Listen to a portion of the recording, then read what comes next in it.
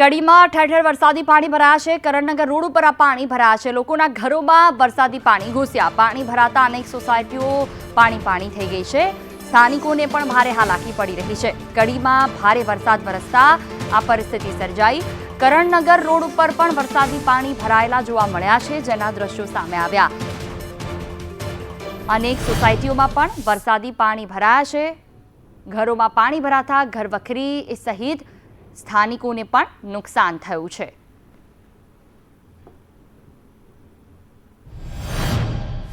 અને બહુ પાણી આવ્યું મારા પલંગમાં। તમે જુઓ મારા ઘેર ગટરનું નહીં, પીવાનું પાણી નહીં, વરસાદ બધું કેટલું બધું વરસાદનું પાણી આવ્યું સેટી ઉપર।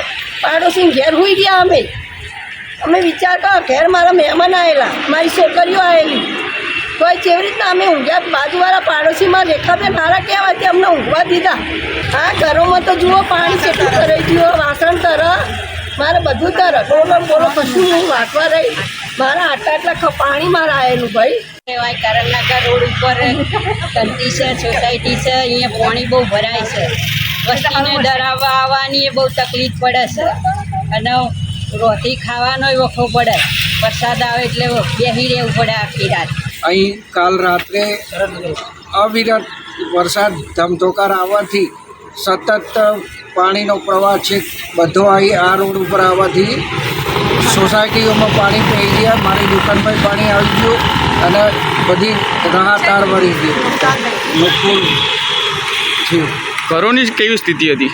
ઘરોની તો દયનીય સ્થિતિ હતી, હદ વગરની। કોઈ આખી રાત ઊભી નહીં, બધા 24 કલાક જાગે।